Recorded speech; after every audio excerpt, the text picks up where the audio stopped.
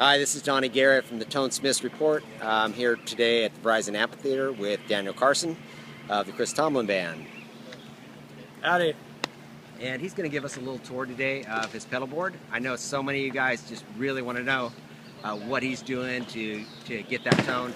There's a lot more to it. We all know it starts at the heart, works its way out the fingers, but after it leaves that guitar and before it gets to the amp, it goes through a pedal board. So he's going to show us that chain today. Yeah, sure. Well, basically I'm using just a pedal board full of individual stomp boxes here, volume pedal, tuner, and then everything's being running through this T1M looper, and so I'm kind of being able to like solo up, you know, if I only want 2 or 3 different pedals in my chain, just to kind of keep it cleaner. But I'm starting with this diamond compressor, which is like my basic compression. I like it because it has an EQ on here I can add or take away. Some highs there for different guitars that helps me kind of balance between a couple of guitars. I'm going into this Fulldrive, which I've used for forever on tour. It's an old school one. I love this. I keep it pushed in though, and I keep the tone knob all the way up. You use the boost? Yeah, I use both. Yeah, the boost is really nice for some sustain. Yeah, and then recently I picked up this. JHS sent me some pedals. I've been using this double barrel. I actually like both sides. I like the 808 and the Morning Glory. They're really nice. Really nice. And then lately, I got this for my father-in-law for Christmas, and I've been using this Analogman. It's like a really nice, subtle, really clean overdrive on this side, Sure, and, the then king of and then a tone. boost. That's a staple. The gear painters love that. I can't get enough of it. I've just been wearing it out. It's very amp-like.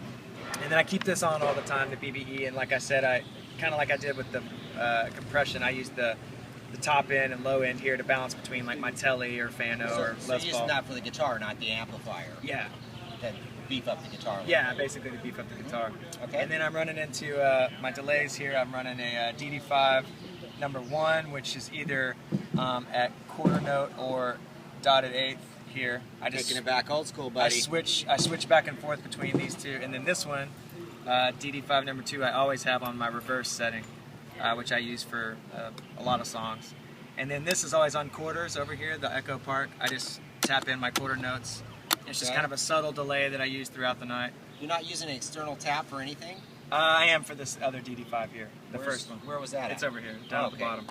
Taking it back old school, that's FS5U, baby. That's right. I can't get enough of it. I can't play without this thing. And then I'm going into the timeline, which I use for a handful of songs now on tour that are need to be set to a like specific BPM. Right, so you have your bank set for songs. Yeah, for probably 5 or 6 songs in the night. And then everything comes out through this reverb, stereo through the Strymon and stereo through the reverb here to mine. And I keep it set on this like modulate setting. So everything's mono up till you get to the timeline. Yeah. And there's the whole board. Awesome. Well, Daniel. And the board is made by Dashboards in Atlanta, Georgia.